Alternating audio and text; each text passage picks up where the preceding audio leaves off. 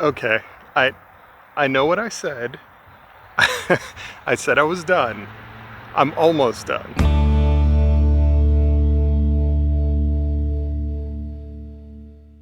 So I talked about 3 different methods of building raised beds on a hill. And the first method I showed was basically constructing the sides of the box, then trying to set those corners of the box kind of like a posts, but the box is already semi pre-constructed, and then going back and retrofitting as many boards as you need to kind of backfill the sides. That was one approach. The second approach was a little more like how you would build, say, a sleeper retaining wall or a fence, where you would dig little posts, and then once the posts were set, you would then go back and set the pickets, set the sides, right? Both of those on a hill while trying to stay out of the nice fluffy soil that you've been working on for 2 years is not easy. And so I'm going to try a third approach today, which was the one that I said would probably be the easiest to construct, give you a slightly better quality build, and it was unfortunately a little bit more labor intensive, and that was the trade-off. We're gonna find out today. I'm gonna, how do you say it? Put my money where my mouth is, right? Although we're gonna spend $0 on this one because I still got scrap wood, and that's what we're gonna use to build this. Although sometime during this video, I think I'm going to, maybe I'll talk a little bit about what it would actually cost if you didn't have a bunch of scrap wood sitting around. Although I will say, you could build this entirely with pellets if you wanted to spend $0 and you didn't have a scrap wood pile. But if you were actually going to go to Home Depot or Lowe's or Menards or wherever and just pick up these materials, we'll go over some of the costs. You have no idea. Look, I got nothing against motorcycles. If you want to take your life into your own hands, yeah, have fun with that. Can you do it a little more quietly? If you have a death wish, like, wish quietly. Okay, let's get to work.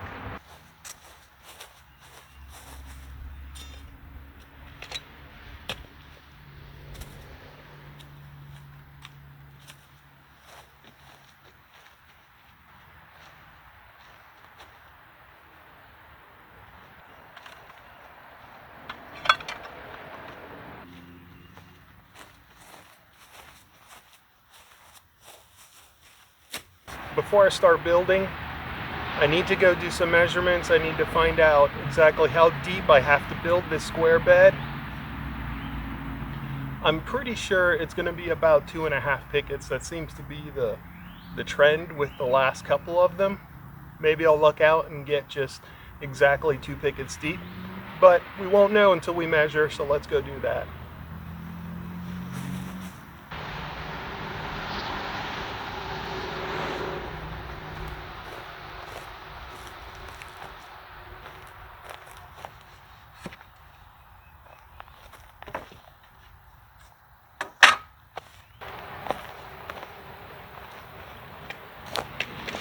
Okay, so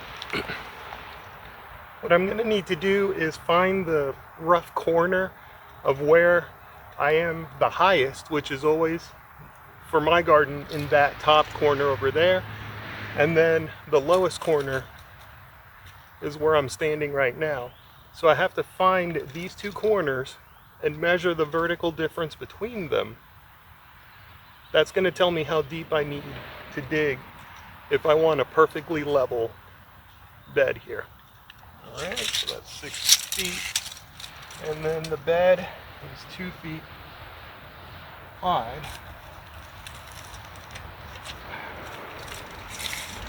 Let's double check that measurement. A little long, that's okay. Doesn't have to be perfect.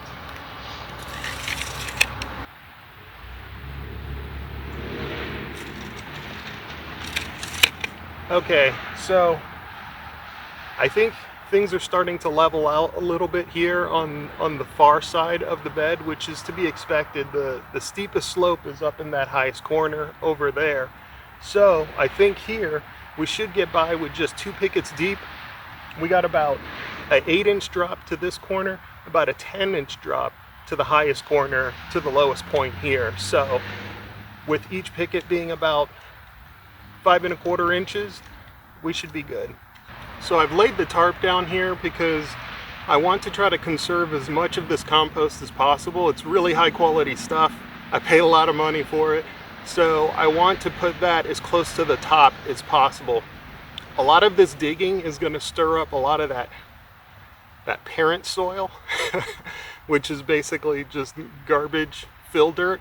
And I don't necessarily want to bring that stuff up to the top. And I'm going to try to do that as much as possible.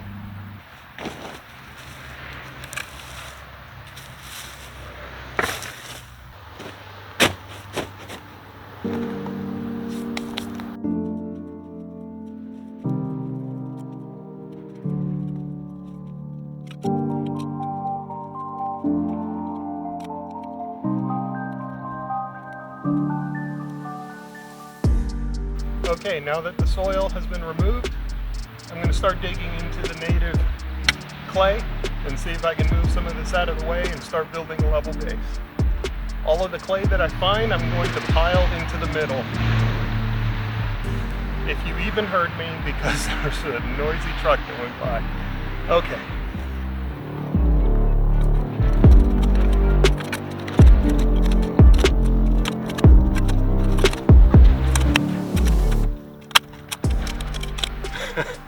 Uh-oh.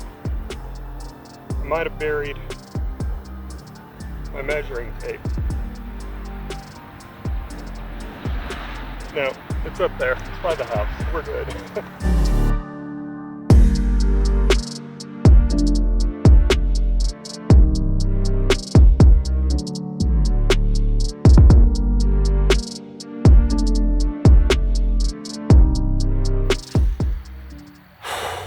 Okay, so far, I was right. It was very labor intensive, especially digging in clay. If you live in sandy soils, it might be a little easier on your back, but if you're digging in that parent soil, it's not easy on your back. It's very heavy, very sticky. It's getting warmer though. I guess that's a good thing. Certainly not good when you're out here working, but it's a good thing because it means growing season is right around the corner. More food's always good. All right, break time's over. Let's build this thing. So some things are going to change, some things are going to stay the same. We're still going to use the usual supplies here: pencils, measuring tape, square, circular saw, that kind of business. The difference is now we're going to pre-measure the depth that we've dug out, and then we're going to cut and build a box to that depth.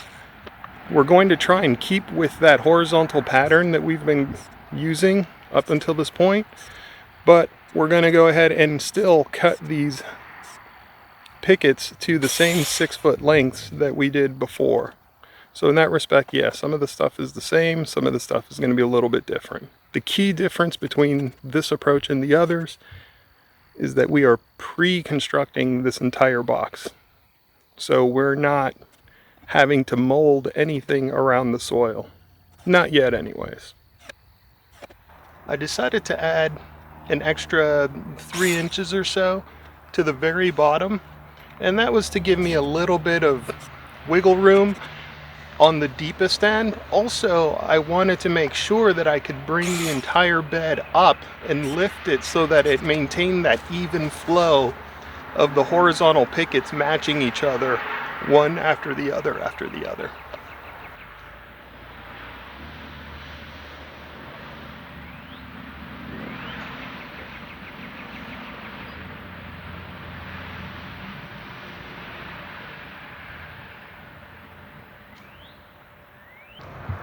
First of all, I didn't dig far back enough, so I'm gonna have to dig a little more over here. Secondly, I put that support down very low, but that means I'm gonna have to dig a channel here in the middle. And then lastly, I probably didn't need to put that second board down there. So I'm gonna try to dig first. If that's a pain, I may remove that board, but we'll see. These are the troubles that you have when you're trying to put a square box into a round peg hole. What? Something like that. You know what I mean.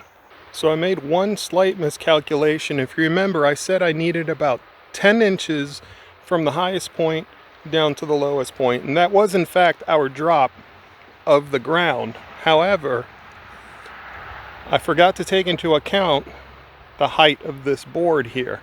So I really needed to add roughly about 5 inches to that. So I'm really sitting closer to about 15 inches over here on this end. So I replaced that half board that I put there with a full width picket so that I could get that down below that soil level, or at least right at that soil level, and then I can backfill right up to it.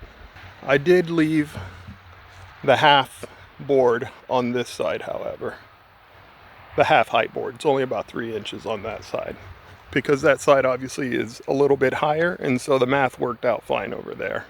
Okay, it's all leveled up. Time to start backfilling. Let's see if this works. Come on. Come on, YouTube magic. Wow, not bad. Not bad. Still got it. So a couple of things to mention about this bed. The reason why I was able to fill this bed so much with the existing soil is because I basically kind of double dug this. Because I dug out so much soil, all of that clay that was packed in there is a little bit fluffed up now on top of this soil that was already very soft and fluffy, because this is just really high quality stuff. And before I put that final soil down, I actually scraped up a bunch of the wood chips from here, because there was a combination of all of that compost that had run out into the beds on top of these wood chips that have been sitting here for a very long time. So what I did was I put that down further below, and I still have another 6 inches or so that I need to fill. So all of those wood chips are very deeply buried, so they shouldn't affect any of the growth that's going on inside of this bed. On top of that, some of this clay did make its way up to the top. A little bit of clay like this is not bad. That'll crumble up, mix in with that compost, and that's going to make some very rich soil. So these are the 3 beds that I built in slightly different ways, but as you can tell, the end result is about the same. I haven't done any final trim work or anything like that. It's not totally necessary. Plants don't care if your dirt is ugly. Plants don't care if your garden bed is ugly. So right now, highest priority is going to be to make sure that I get that soil in there so that I can plant, sow the seeds and plant the transplants that I have when it's time to do that. So that's why I'm focused on just getting this container built, getting the soil in there, and then I can come in later if I've got nothing else to do and I'm just waiting for plants to grow and waiting to harvest. Then I can come back and pretty things up the way that I really like it to be. So in the meantime, I think I'm gonna leave it there. Still got it, guys. Still got that YouTube magic. All right, I will see you guys in the next video. As always, you guys be good. I'll see you in the next one.